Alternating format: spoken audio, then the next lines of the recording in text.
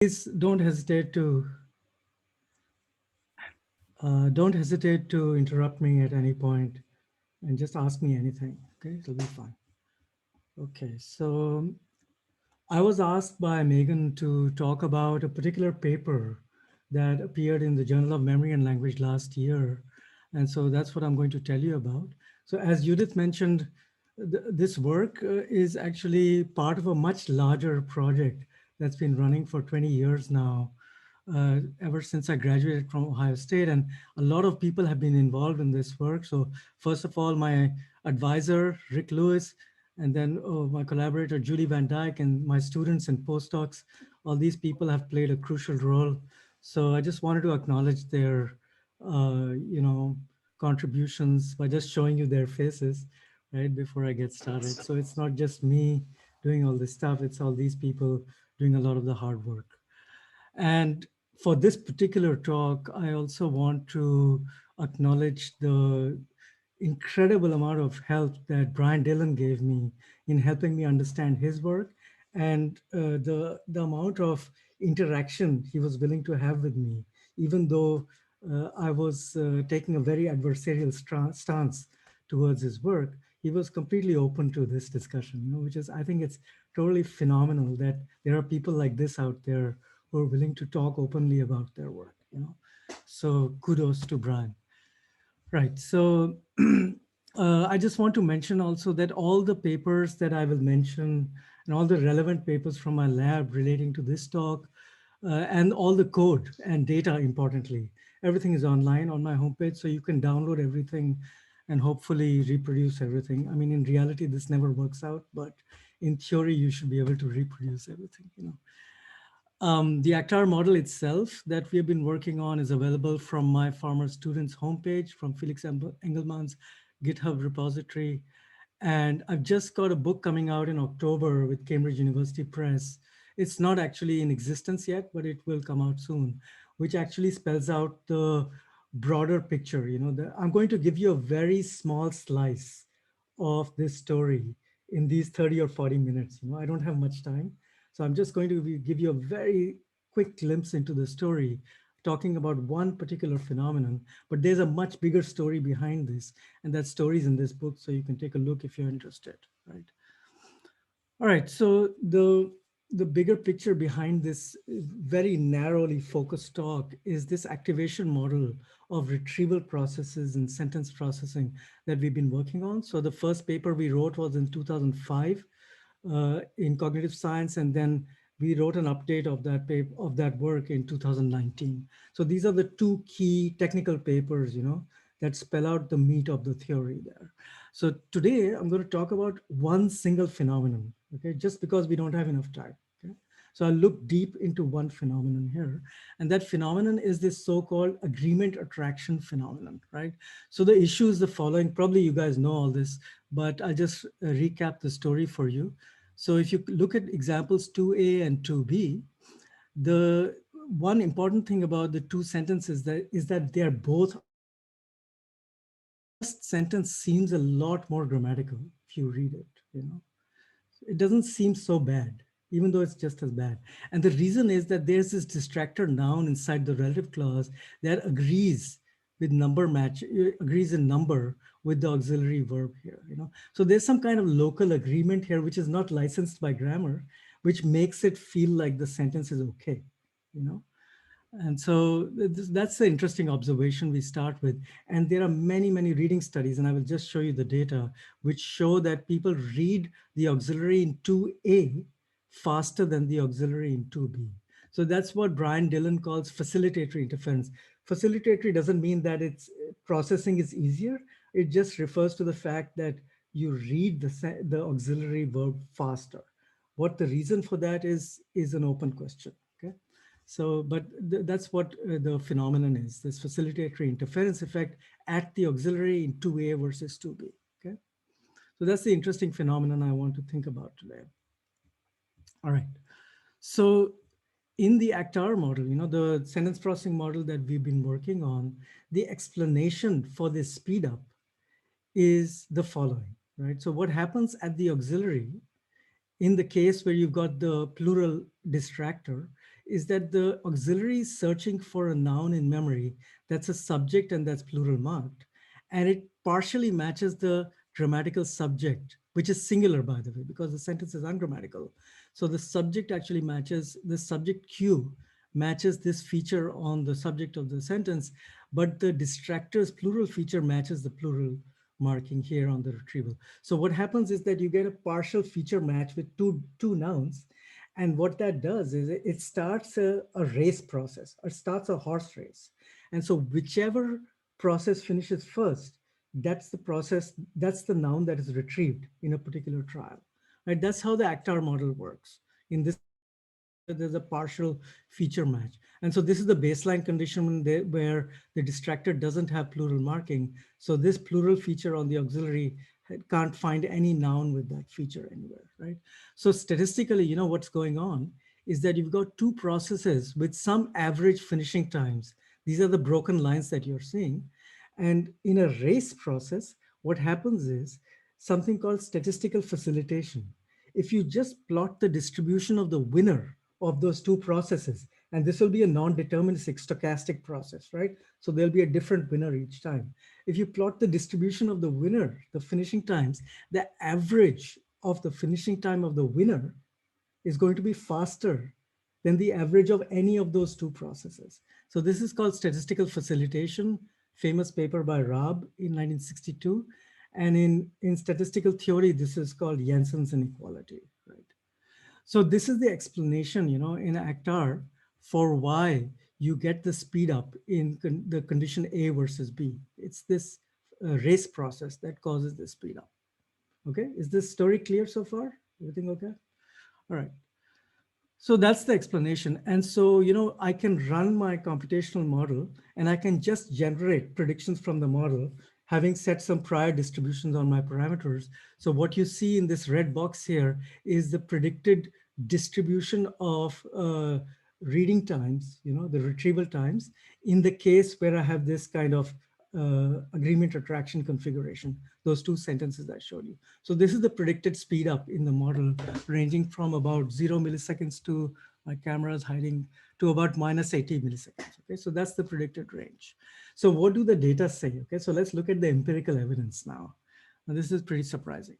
So what I'm showing you is 11 studies actually. These are 11 studies that were published on this agreement attraction effect. So what you're seeing, for example, in this study here is the average difference between A and B, and you see that it's a negative difference. So that's the facilitatory interference effect that I'm talking about. This one was with 40 subjects, right? And these are some other studies that you'll see with 95% confidence intervals on each of them, okay? And another thing you should notice in this plot is that this gray band here is the result of synthesizing these 11 studies in a meta-analysis, right? So this is what we've learned from these 11 studies. You'll notice that all these studies are very noisy, right? Many of them are non-significant results because they're crossing zero. And look at the confidence interval here, it's huge, right? And so, but the meta-analysis shows that the facilitatory interference effect is solid, right? So if you put together all the evidence, there seems to be a small but clear effect of facilitatory interference of the type that I just described to you in the beginning of this talk, right? I just want to quickly point out that I replicated this experiment, which was run with 40 subjects. I replicated it with 181 subjects. So this is my estimate in this replication. I'm going to come back to this in a moment, right? And this last thing that you're seeing here, this is the model prediction, right? So just looking at this plot, eyeballing this plot, what I would say is that, okay, so these are the prior predictions from my model, and the data, this gray band, this is all the evidence available so far that I could get hold of, right? Seems to be consistent with my story, right? With the race process that the model predicts, okay? So this is the starting point for this whole talk now. Now, what's interesting about this agreement attraction effect that I just explained to you is that Brian Dillon argued in 2013 in a JML paper that if you set up a very similar configuration with reflexives, okay, instead of having this number agreement with the auxiliary verb, you have number agreement with the reflexive, right? So what he claimed was that you will never observe a facilitatory interference effect in a similar configuration involving reflexives, okay? So the situation is very similar here. This 3A and 3B is very similar to the two examples I showed you earlier. You've got a plural marked auxiliary, you've got a plural distractor here, and the comparison condition is with a plural marked reflexive with a singular distractor here. And notice that the sentences, well, I mean, Brian Dillon calls them ungrammatical, but in modern usage, maybe this is not ungrammatical anymore, but certainly the singular marking and the plural marking here are mismatching here.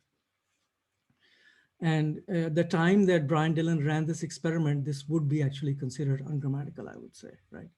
And so Brian Dillon's claim was that that reflexives are special somehow. They're special in that they do not experience this local agreement effect, right? And the reason they are special is that reflexives are subject to principle A of the binding theory, which is a very special principle. And what the principle does is that it exempts reflexives from this interference effect, from this facilitatory interference effect.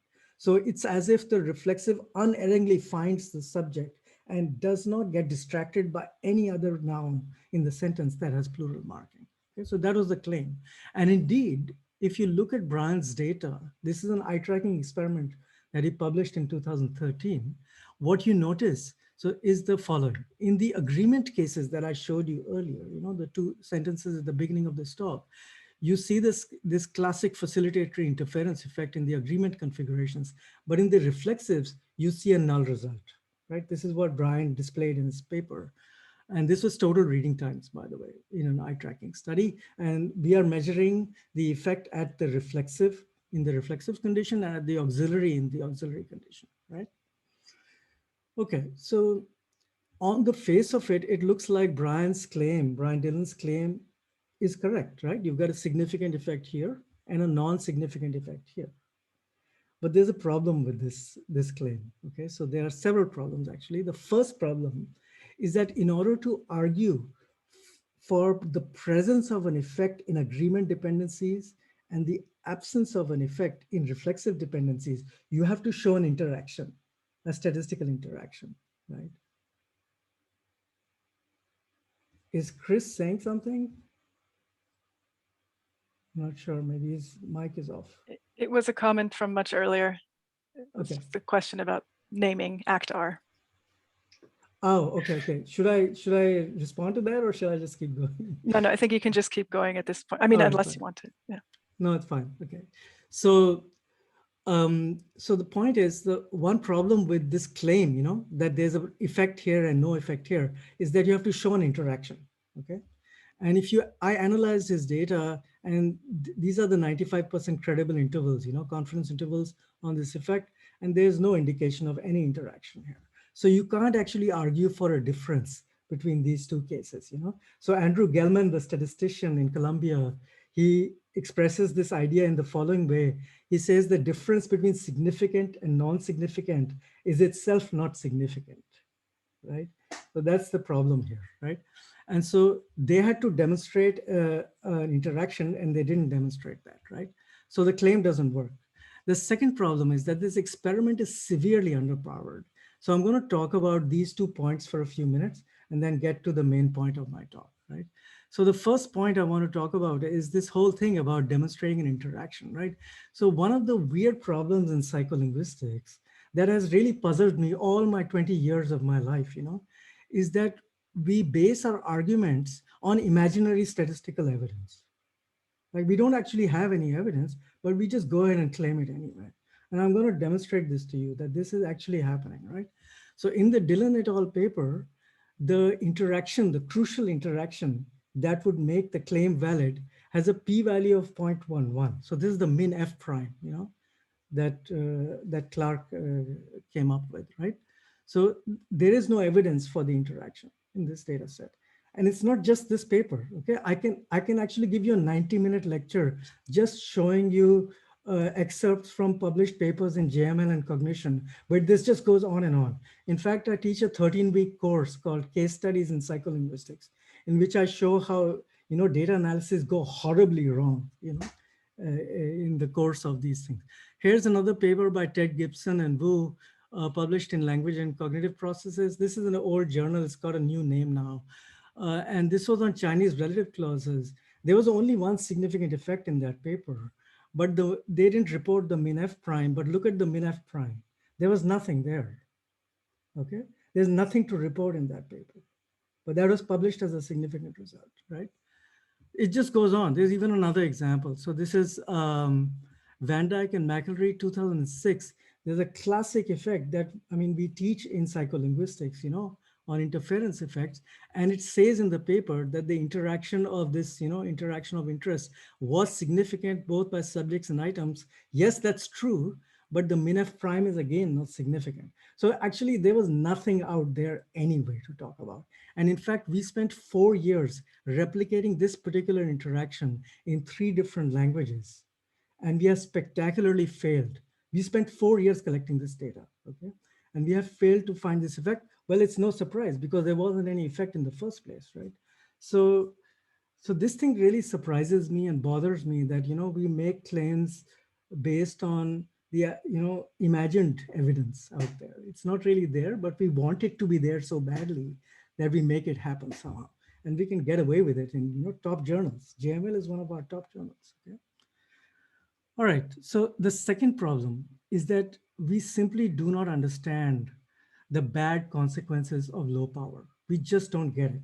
So I just wanted to take 2 minutes to explain why low power is such a horrible situation to be in, and that you're completely screwed if you're working with an experiment that has low power, right?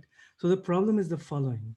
I've set up a simulation situation here where the true effect is 20 milliseconds, the standard deviation is 150 milliseconds, and our sample size is 25. This is a typical sample size in top journal articles in cognition and JML.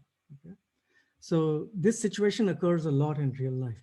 This situation is about power 10%. That means that if you were to run the experiment 100 times, in only 10% of the cases would you detect the effect of 20 milliseconds. Okay, so that's this horizontal line here is showing you the 20 millisecond effect. And what I'm showing you is 50 simulations. This is just simulated data.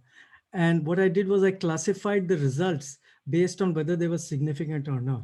And now I want you to notice the horrible situation we are in now, right? Most of the results are null results. Those are the circles, okay? That's to be expected with 10% power.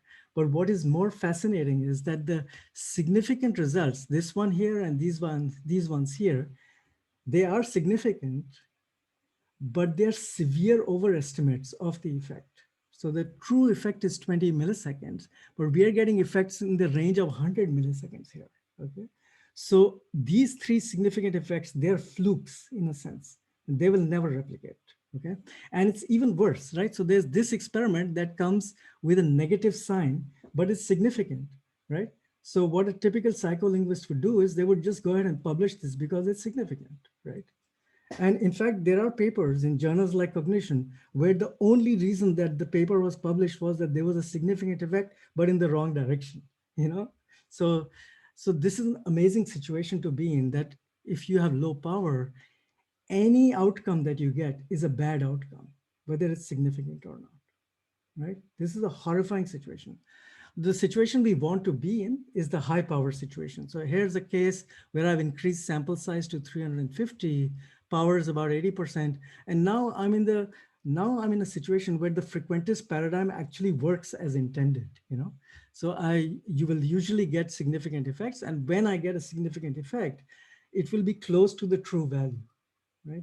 So why am I ranting on about this? The reason I'm ranting about this is that the original result from Brian Dillon's paper is just eyeballing this confidence interval and looking at these confidence intervals here tells me that I'm in a low power situation. This is pure noise. Okay. So I just wanted to demonstrate this point, right? Because my problem, the reason I wanted to replicate this result was mainly because I get into arguments, you know, with Brian Dillon and with Colin Phillips and so on, and they just don't appreciate the point that they're looking at noise and they don't realize it. So I said, I'm going to show it to you. I'm going to demonstrate this to you. Okay? So what I did was the following. So now we get to the main point of my talk. So, oh, sorry, I just wanted to show you also that I did extensive meta-analyses of about 100 experiments that have been published, and I computed the best estimates, meta-analysis estimates of the effects of interest. These are the agreement attraction effects I mentioned, and I computed power for different sample sizes and different standard deviations. And you can see that the situation is pretty miserable.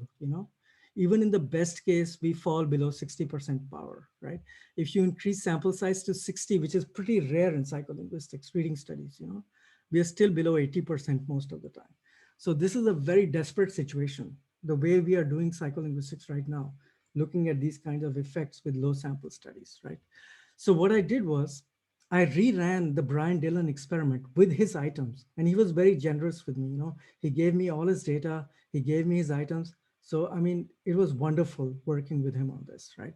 So I reran his experiment, but instead of 40 subjects, I collected as many subjects as I could in 4 years. Okay, so this was done in Julie Van Dyke's lab in Haskins Laboratories, and so I collected 181 subjects. So I'm going to show you the results now, of the replication that I did of the key claim of the agreement versus reflexive dependencies. Okay, so here are the comparisons between the Brian Dillon results and my results. On the left-hand side, I show you the prior predictive distribution of the effects from my model, right? So what you should notice is that this effect here, this was a significant effect. This is an exaggerated estimate due to low sample size, right? You increase the sample size, the effect shrinks, right? This is why we are unable to replicate effects, because we get these exaggerated effects published in papers, right? So we can't replicate anything, okay? So, and the other thing I wanted to notice is that, oh, I lost my mouse here. I don't know what happened. Another thing I wanted to notice is that my estimates for the two dependencies are pretty much bang on top of each other, right? So I don't see any difference between those dependencies here. All right, so let me go on. What's happened here? I think something's gone wrong with my computer. Uh, this seems to have frozen. Can you guys hear me? Is everything okay? Yeah, we can hear you, and we see a little hand on your Okay. Yeah. plot. So Okay. Sorry, I lost my hand. I don't know what was going on. So anyway, so like I could not replicate this pattern that he found in my large sample study. Okay. So I got a very strong negative reaction to this paper. Before it was published, I had sent out my data to Brian Dillon and to other people, and I gave a talk, or one of my students gave a talk in AmLab in 2018. And so several people from Colin Phillips' lab got very upset with me. I mean, these people are my friends, okay? So when they get upset with me, it's not like a hostile event. It's just like, we just have arguments with each other, but we are still very good friends, okay? So they complained that I was actually hiding a very important result in my paper. In first pass regressions, they said that you have exactly the pattern that Brian Dillon predicted, right? Now, of course, you should ask yourself the question, how could I be hiding this result if they know that, I got that result? So it's a very interesting situation. This objection is very interesting. Why? Right? So this objection is interesting because when we do eye tracking experiments, we have 8 or 9 dependent measures available to us. We have a palette of dependent measures.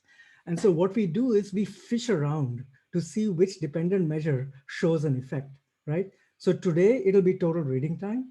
Tomorrow it'll be first pass regressions. And day after tomorrow is going to be go past reading times, right? And so it's like this moving target. And all we want is just some significant effect somewhere. And if we get it, we are golden. That's the way we operate in psycholinguistics. And so if you guys haven't read this paper by my student, Titus van der Maal's book, you should definitely read it, right?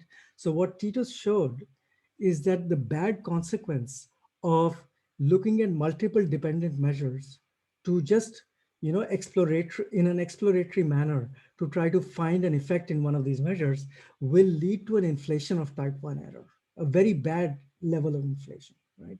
So the consequence, of course, of that is that you'll never be able to replicate anything, right? Because you'll get a fluke occasionally in total reading times, then you'll get something else the next time, and so on, right? So this is a very, very interesting objection because it shows a problem in our field. We don't really understand this point, that when I want to replicate the original claim, I want to replicate it on the same dependent measure, right? I don't want to look at it a different dependent measure. But let's look at their argument. They wanted to see the evidence from first pass regressions now. And so here's the data from first pass regressions in my experiment. And indeed, if you look at my experiments data, the first pass regressions actually show the pattern, that Brian Dillon was expecting: a significant effect in agreement and no significant effect in reflexives. In his original data, there was nothing to see, by the way, right? In his data, he didn't see anything in first pass regressions. So, and in fact, if you look at the original data by Brian Dillon, so this was the pattern that they based their claim on. And now I'm seeing the pattern in first pass regressions. Now, is this signal or is this noise? Right? How do I establish that? It's a good question. They might be right that maybe the actual signal was in the first pass regressions. The only way I can establish this now is by trying to replicate this effect with a new study. There's no other way for me to do this. I could do a Bayes factor analysis, and I did that, okay? So, typically in Bayes factor analyses, what one must do is that one should look at increasingly informative priors, because you don't want to look at vague priors to do a Bayes factor analysis, because that always biases the Bayes factor in favor of the null, right? So this prior here is the most reasonable one, the prior number 5 here. And so the best I can do with this study is that I've got a Bayes factor of 5, which is very moderate evidence. I would not put my money on this effect with a Bayes factor of 5. I want at least 10 or 20 or something like that, right? So the first pass regression effect is possibly there, right? So it's possible that Brian Dillon is right. I'm not claiming that he's got something wrong. He might be right with this pattern here, but the effect is pretty weak even with a 181 subject study. So we need an even larger study to establish clear effects of the type that Brian is looking for, right? Shravan, you have a question from Dan. Yes, please. I was just going to ask, I mean, at this point, it seems like it would also be worth considering, like, we have theories of what drive various, what are the causal factors behind certain different kinds of eye movements, right? And so surely the looking into what is the difference between total reading time and first pass time, and what kinds of cognitive processes underlie those, could help you to sort out whether this is likely to be signal or noise, right? Indeed.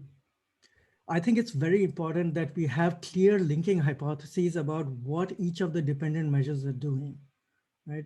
And that's not happening right now. So people are just taking like any dependent measure and trying to map it to some latent cognitive process. That is a big gap in the field.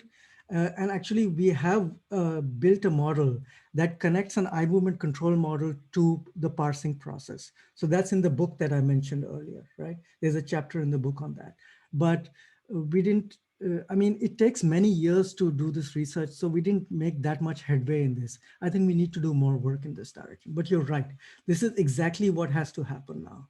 The linking between the eye movements and cognition has to be very clearly specified for us to answer this question, yes.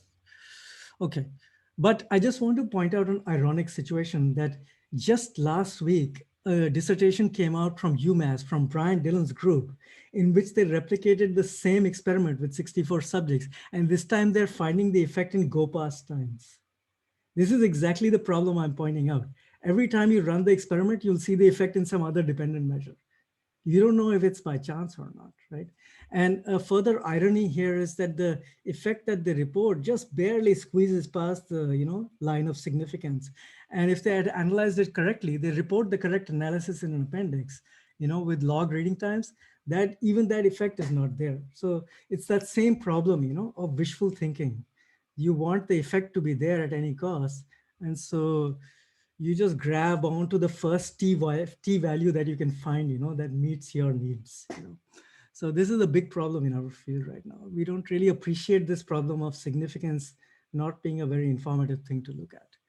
Okay, so I also want to point out something very disturbing, which is that, so I did a prospective power analysis of both the Dillon data and of my own data. So what this means is I use the parameter estimates from each of those two data sets to simulate new data and to check if that was the ground truth, whether I could recover that ground truth under repeated sampling.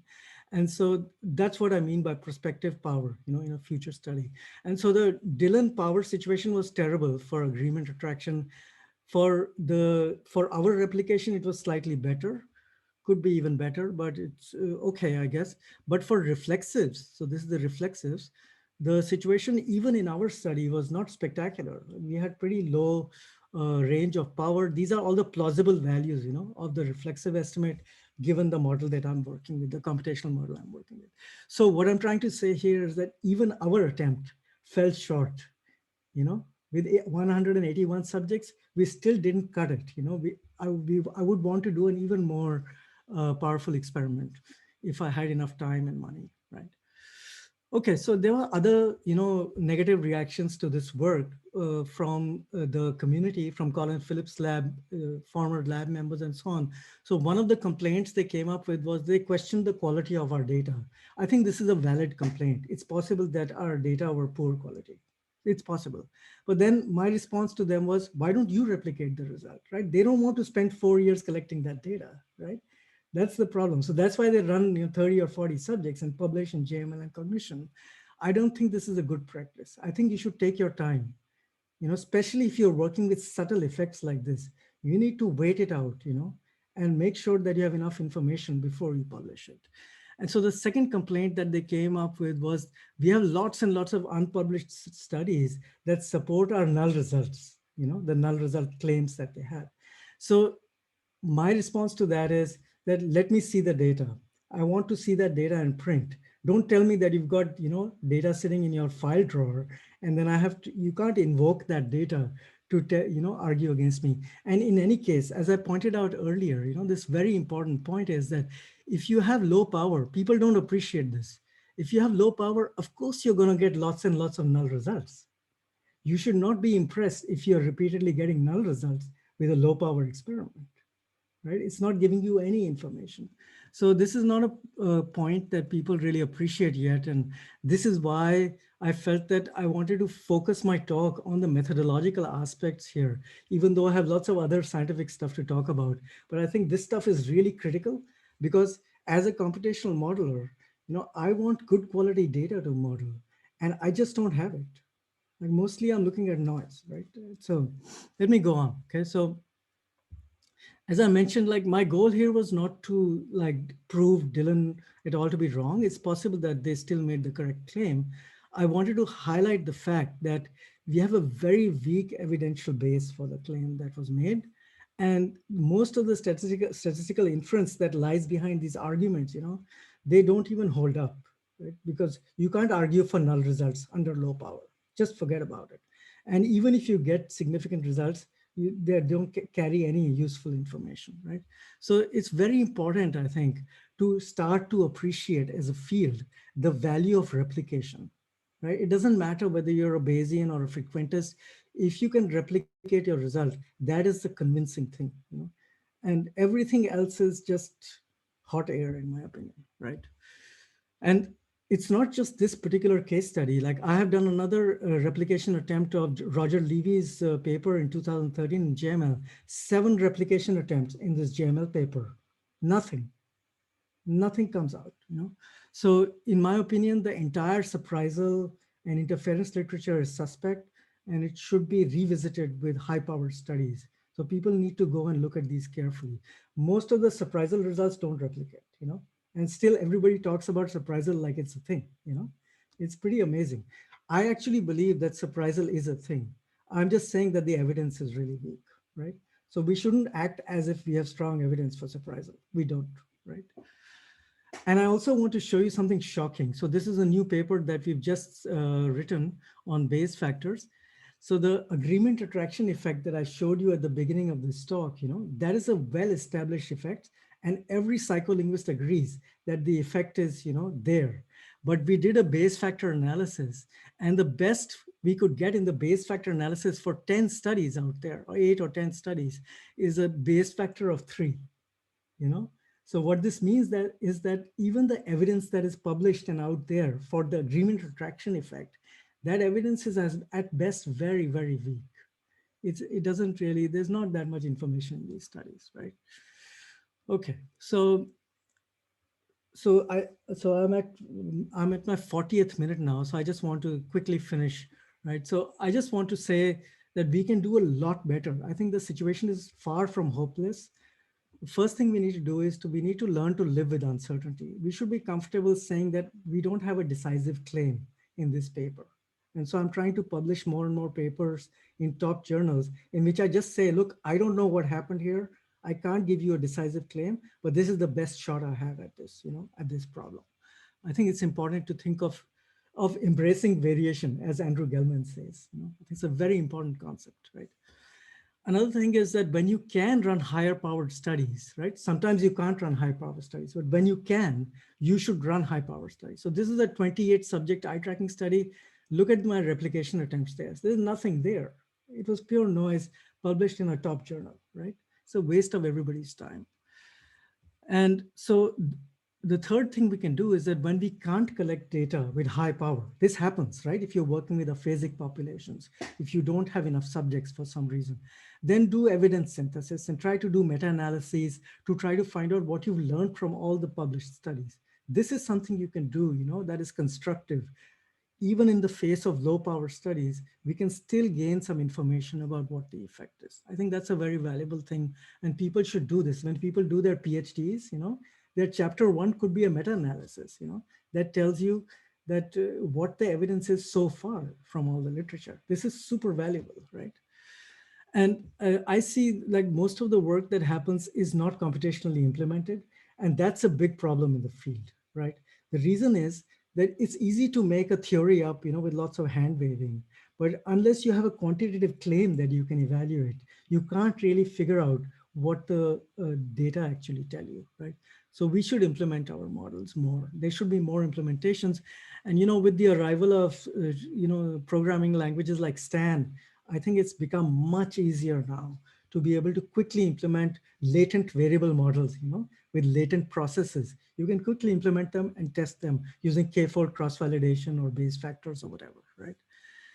And so the last thing I want to say is that we need to, as scientists, I think one mistake that we make is that we take a position, we take a scientific position, and we defend it till the day we die, right?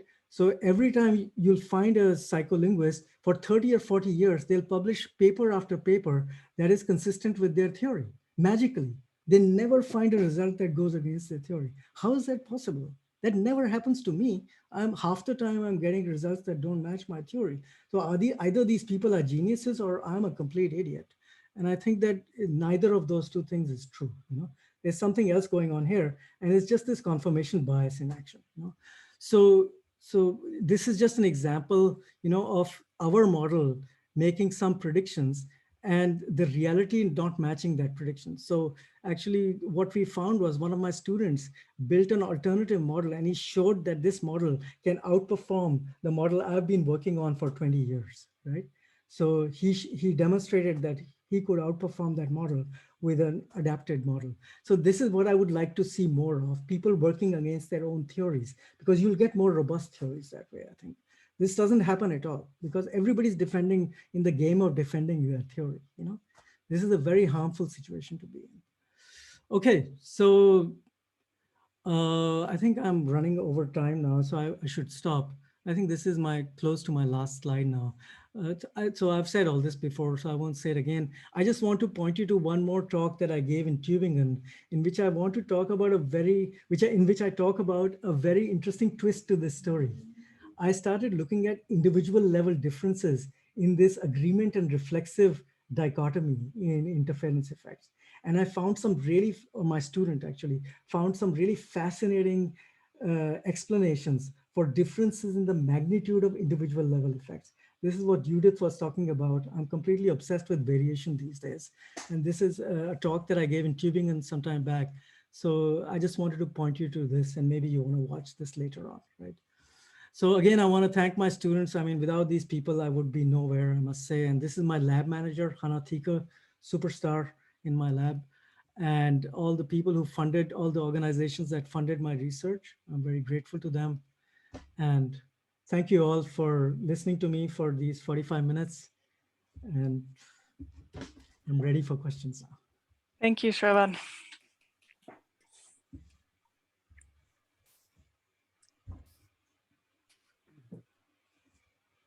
Chris. Thank you so much for this talk. This was wonderful. Give me lots of stuff to think about. And one theme that I thought you might comment on a bit more is kind of this notion of cost. And I guess I'm thinking in particular of cost in terms of person hours, so like one lesson I could take away from your talk is that if we're going to move at the pace you want us to move, then a thesis could be 4 years per chapter. And I'm wondering if you've thought about the consequences of that. And then relatedly, I was thinking about maybe a failure mode or an interesting outcome of this could be that people stop pursuing these subtle effects that require participants wearing expensive equipment on their heads, and they start just doing really large questionnaire-based crowdsourced studies where there's never a question that they're going to be underpowered, and they can run dozens of them per quarter if they want to. But that would obviously shape the kinds of questions people take on. Indeed, yeah. So I'm not proposing that graduate students spent 4 years on one experiment, right? So this was my point about meta-analysis. So students can do the work that they are able to do.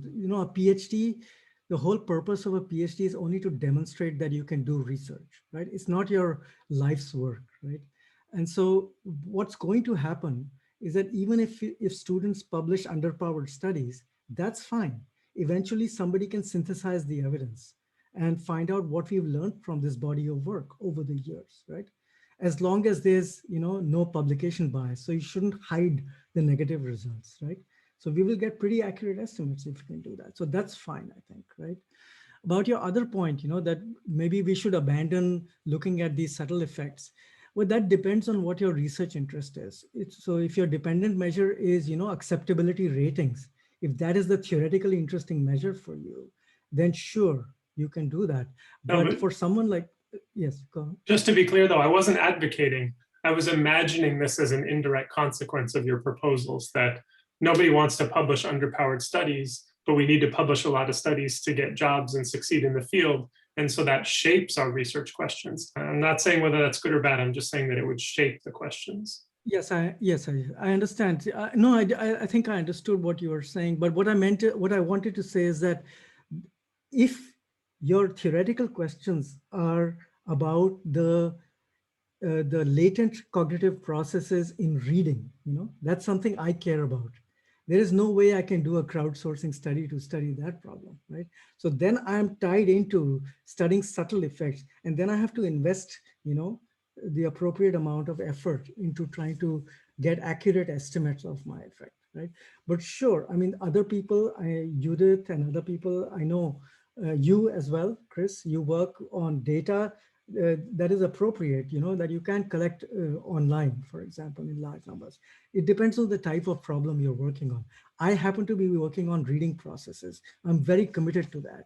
And even if the effect is subtle, I'm going to pursue it because it tells me something about the latent cognitive process, And so then I have to pay the price for that. But sure, I mean, you could choose your problems carefully. It's possible. Yes. Thanks. Herb.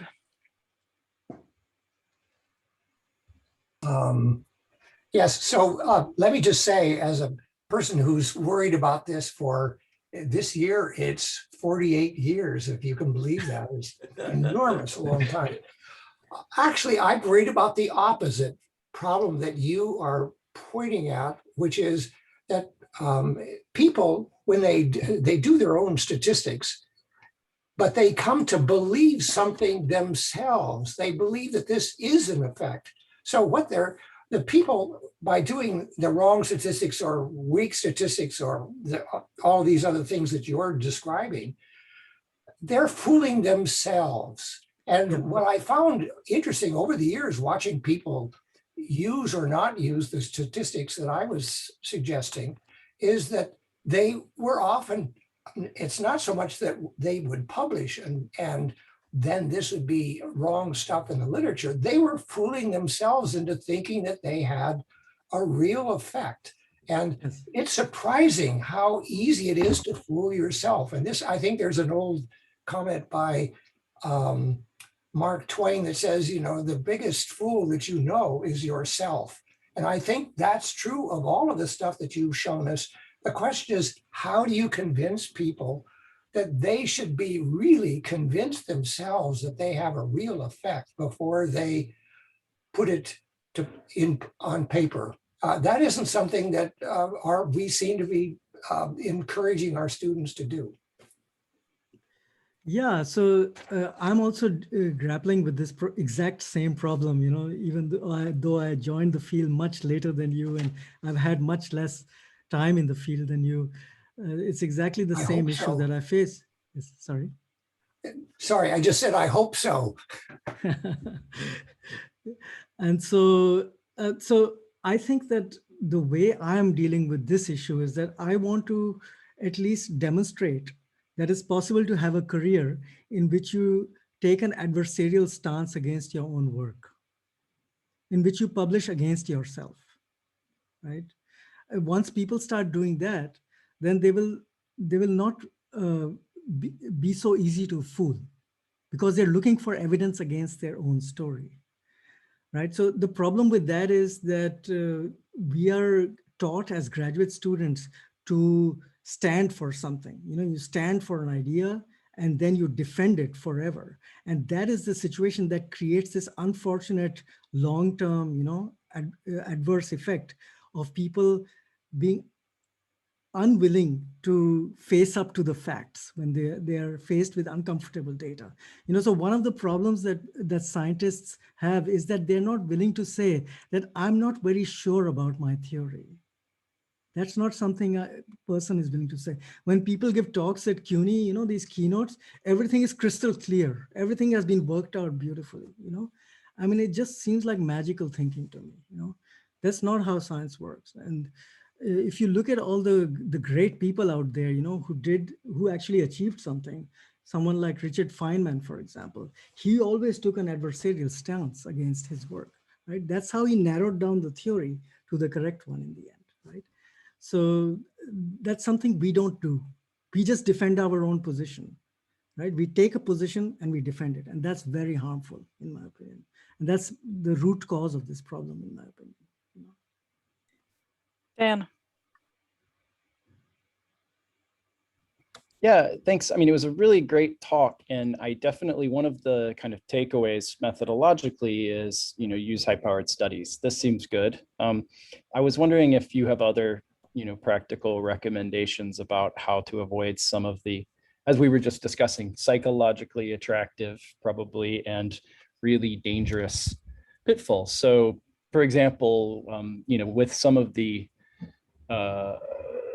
issues you were, you know, about having too many dependent measures and eye tracking, that allowing you to do phishing, which ruins the whole p-value kind of model of statistical inference.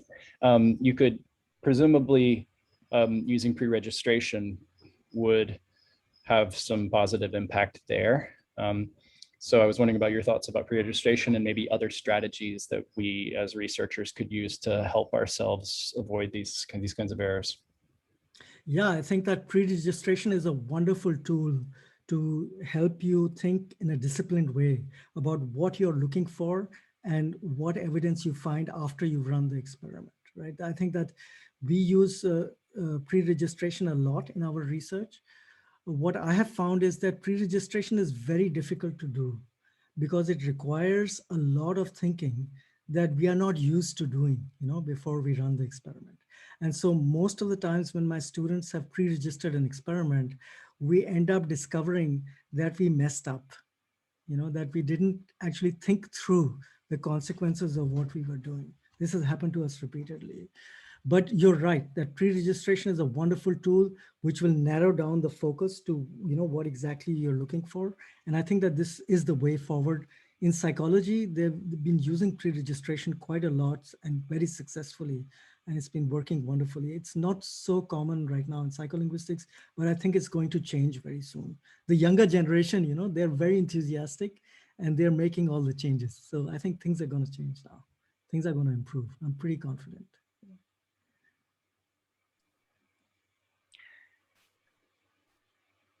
So can I ask a question then that's maybe partly following up on some of the discussion that we've been having? So, you mentioned that the lack of engagement with the question around linking functions is a big problem. And I agree. And we have the same problem in experimental pragmatics, where people are just using truth value judgment paradigms left and right without having any idea what exactly it is that we're measuring when we elicit truth value judgments.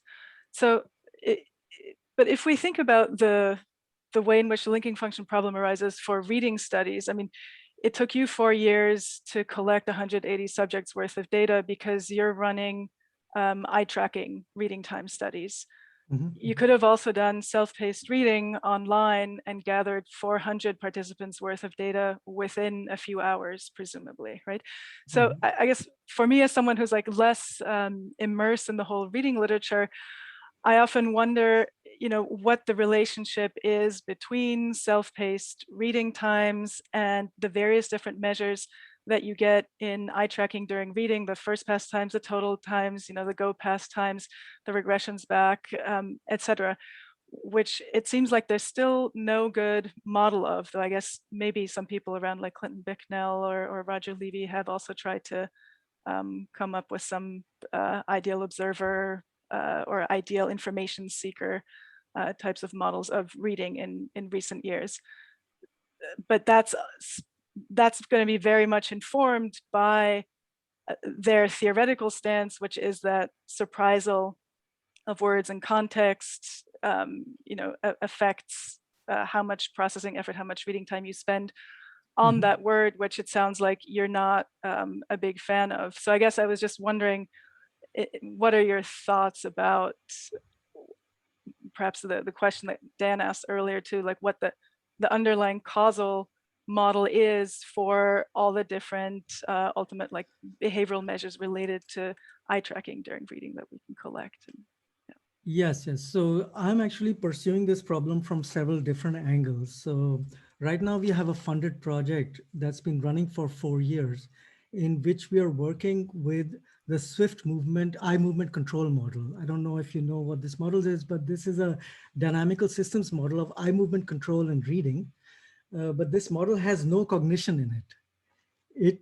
It basically just reads text, and the fixation durations and the eye movements are driven by low-level things like word frequency and word length. That's it. That's the cognition in the sentence. So what we did is that we hooked up the cognitive system into the eye movement control system so that there's message passing between the two. So what we have published one paper already in Psych Review on this Swift architecture, but there's a new one coming out in which we will start studying the effect of these latent cognitive processes at the psycholinguistic level, the level that I care about, on the eye movement control record, that becomes visible through the Swift architecture. So there's an interfacing between this low-level eye movement control and the high-level cognition system that we have in the parsing system. So that's the approach I'm taking, and that's why I'm so interested in eye tracking data, because we need large amounts of data to be able to evaluate the predictions of this architecture, which we are still developing right now, right? No, we have actually developed, we are about to test it now, right? So that was the reason for the focus on eye tracking. But you're right that we often collect data. So I often work on Persian, and Armenian and Hindi, and I work on different languages. And in those cases, I don't have access to an eye tracker. And so we just use self-paced reading. We don't do it over the internet because I'm kind of skeptical about, what people are doing when they're reading, stuff like these days when I see people, everybody's got a cell phone in their hands, everybody's got a cell phone in their hands. So like, do I trust them to read my sentences like online? No. So I'm still running my self-paced reading studies in the lab, but I can collect much more data in self-paced reading much faster. And that gives me a crude measure, of reading difficulty. And for some languages, that's the best I can do, And so I often use that method when I need to look at, I'm interested in cross-linguistic effects. I'm not interested in English, English is the most boring language that one can study right now. So I need self-paced reading for that, and I use it a lot. But the reason I'm studying eye tracking is because of this long-standing project that we have trying to hook up eye movement control and parsing to have a detailed model of this cognitive process. So the only way to evaluate it is with eye tracking data, not with self-paced reading data.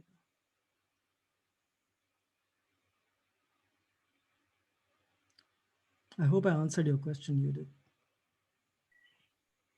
Yeah, I guess I'm still not sure about what, so I guess I'm still not sure about what the claim is regarding the difference between effects showing up in, say, total reading times versus first pass times versus go pass times. Indeed. Like Indeed, if you had to speculate. Yeah, so I think, so one of the classical ideas, from Lynn Fraser's time in 1982 is that there might be a distinction between early and late cognitive processes, and you might see some effects in first pass reading times or first pass regressions that reflect the earliest moments of processing, and later effects such as discourse effects and so on might show up in rereading time or total reading time. That is a hypothesis that has been around for a long time. And that is something that one can actually study once one has a working computational model, so you can test these against data. So the problem is that progress is very slow in this domain. It's very hard work to try to build such a model. But I think we are getting there now. Our first paper is coming out soon. So I will have some answer. Maybe it's not the right answer, but I'll have an answer for you soon. Other questions?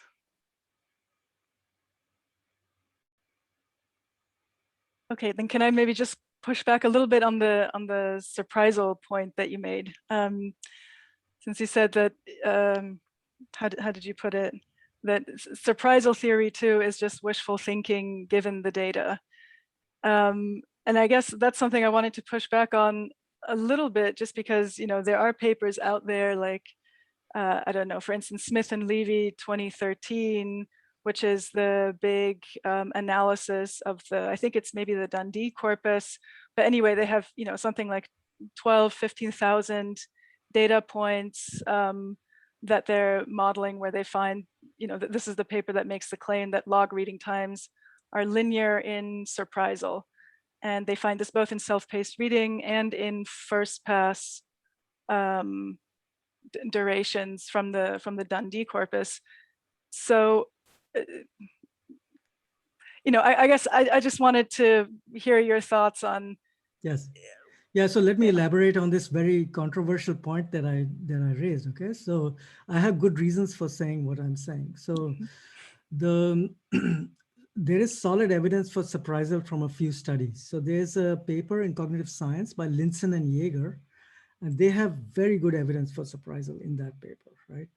There is also other work that I did on Chinese relative clauses with classifiers, where I could consistently replicate surprisal effects. Okay, so in Chinese, I see surprisal effects very clearly in eye tracking and self-paced reading. I'm very confident about those effects. So there is evidence for surprisal, no question about it. But let's consider the Dundee corpus based evidence for surprisal.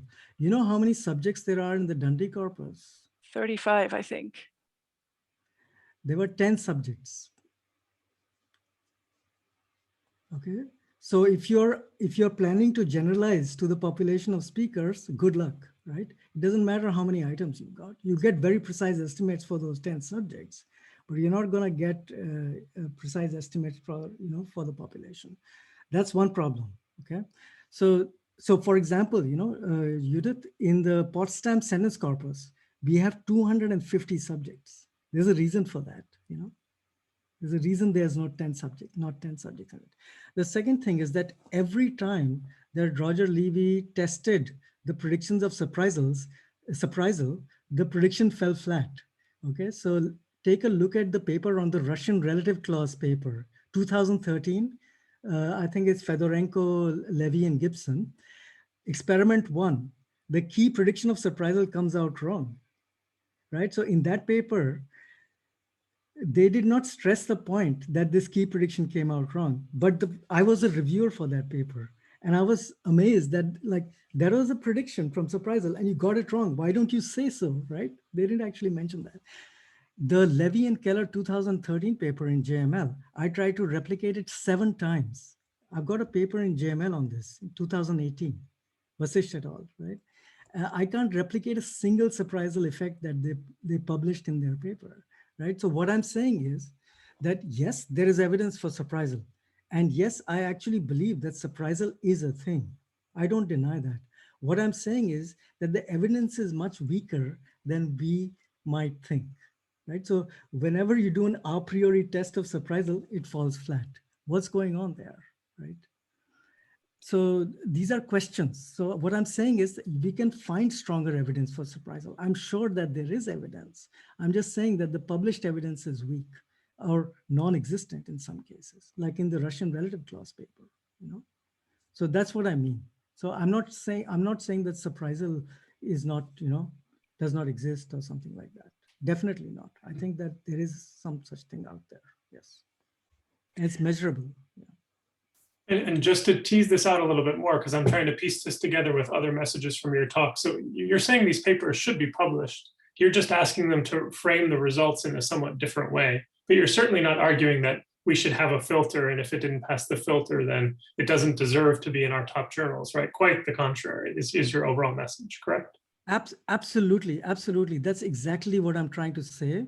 So I myself am trying to publish papers in JML in which I end inconclusively, right? I want to make it normal for people to do that kind of thing.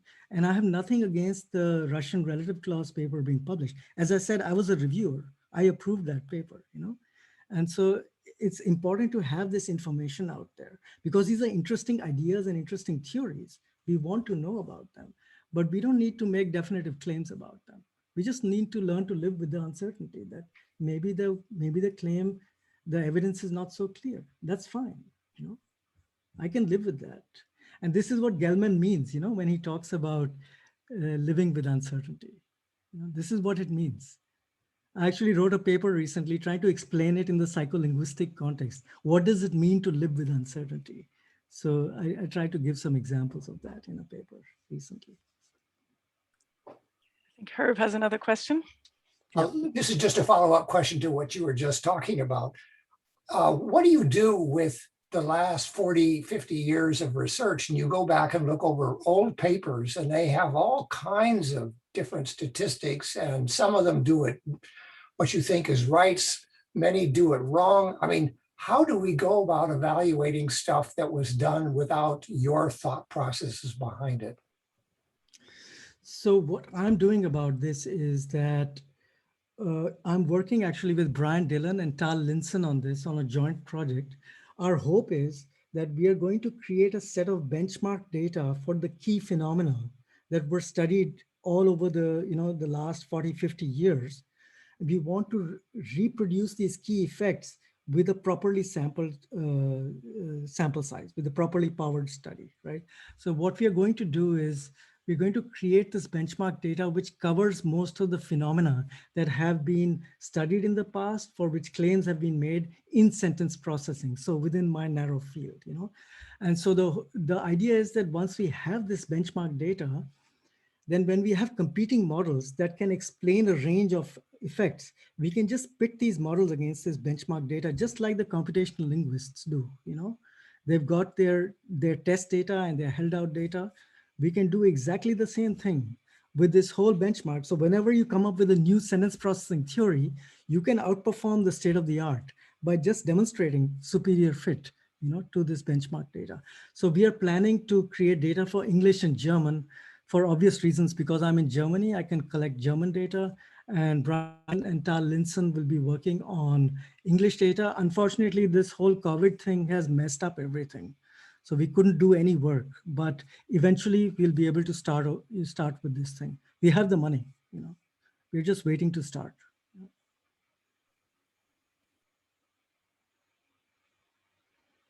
That's the best I can do, I think, to revisit the literature systematically. Elisa, go ahead. Thank you. Thank you for this great talk.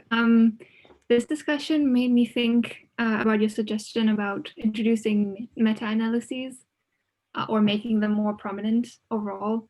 But I'm sure we cannot deny that there has been a huge publishing bias, and I guess it's still going on, Yes. that significant results are more likely to be published, right?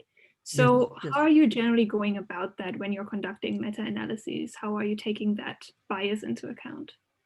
Yeah, that's a very good question. I think that it's very important when you do a meta-analysis to openly acknowledge that you only have access to a biased sample of the data. So there's a lot of other stuff that you'll never know about, right? So basically what this means is that we are going to have to live with the fact that our meta-analyses will be over-enthusiastic estimates, okay? But nevertheless, they're still better than the alternative. It's still better than what we have right now, which is to look at individual underpowered studies and draw conclusions from those. That is not a good thing to do, And so you should think about alternative fields. What happens in other fields? What happens in medicine, right? In medicine, you've got the Cochrane reviews. This is what these people do. They just do meta-analysis, left, right, and center. And the reason is exactly the same that I'm talking about, right? And so my suggestion to do meta-analysis is actually inspired from medicine. Because in medicine, where you also have publication bias, right? They still want to get the best evidence they can, given what information is available. That's all, right? So we can live with imperfection, right? But we want the maximum amount of information that we can get from the data. And that's what the evidence synthesis is for, what the meta-analysis gives you, It's better than nothing. That's what I'm saying. Jai. Hi, it's a really awesome talk. I really liked it. Thank you. I personally am also very interested in the linking functions of different measurements that we employ in psycholinguistics, and basically what these measurements mean and how we can actually design studies to test different linking hypotheses. But what I find troubling while thinking about this idea is that there are more than one loose end of this question. So for example, if we want to test if a certain measurement in eye tracking while reading really reflects early stage versus late stage processing, we need to have a way to tell in a certain, for example, in a certain construction, is a particular effect late stage or early stage in the first place. Or another example would be for example, if we want to test if acceptability judgment for something that we use so widely really test grammaticality, we need to first have a way to tell what is grammatical and what is ungrammatical. And the problem is, in the field, the way to do that is to use acceptability judgment in most cases. So now we have a circular problem. It's like we're trying to test the ability of a tool, but then before that, we need to use the tool in the first stage up. And I find that troubling, and I'm not sure how we should approach that. I'm wondering if you have any thoughts on that. Yeah, so my approach to this has been, in the context of eye tracking at least, eye tracking data, I mean, my approach to that has been purely theory driven. So I want to build a process model, an implemented computational model, right, that encodes certain assumptions about early and late processes. So one of the things that the psychologists strongly believe is that low-level features like word length and frequency impact the earliest moments, like single fixation durations, of reading process. I think that is a very reasonable assumption given the evidence so far, right? So that assumption will now be part of the computational model. And now once we have a commitment in the model about what is early and what is late, now we can study the consequences of that in the behavioral data. And the end result is whether the way you can evaluate that assumption is by comparing competing models against the data, right? So you can relax the assumption of this or that effect being early or late and check what gives you a better fit to the data, right? That's how I would approach this problem. With acceptability rating, of course, I have been confused about acceptability ratings for 20 years, and I still can't figure out anything like what does it actually tell me, and what is the, what is the connection to the underlying construct that I'm studying? Nobody actually spells that out. So I just don't study that problem because I just never understood the point of it, Yeah. Thanks. Any last questions? Dan. This is just a little follow-up to your to Jiayu's question and your answer. I was wondering, like, my reading of Andrew Gelman's work, at least, as I kind of understand his general methodology, he advocates the idea of taking a really like very holistic approach to statistical inference. And so one of the things that should play a major role in your understanding of whether an effect is real or not is whether it makes sense theoretically. And so I guess what that leaves us in is that, like, kind of uncomfortable but unfortunate, maybe it's the truth of the matter situation, that you can't get away from theory, right? Yes. And that there's no magic formula for turning results into, for looking at data and finding results. You have to always run in this it's a circular kind of epistemic situation we find ourselves in, where theory feeds into the interpretation of data, which then feeds into theory, and there's no kind of God's eye vantage point from which we can look at this from the outside. Does that Sure. does that kind of cohere with the message that you're giving us here? Absolutely. So this is what I was trying to get at when I said that we should try to implement our models computationally, because these encode our assumptions in a very precise and measurable way, and help us evaluate them in the context of the data. And, all the theories that we might be working with might be wrong, but really what we end up doing is we try to eliminate the less bad theories, and we end up with the least bad one in the end. And I think that's often the best one can do. And that's actually quite an achievement, I think, if you can get close to the truth, but not quite to the truth. But certainly it has to be driven from the theoretical, from the theoretical side. Absolutely, yes. Well, that sounds like a very good note to end on then. Hopeful message. So thank you very much, Shravan. Thanks everyone for coming. Thanks, everyone. Bye-bye. Bye.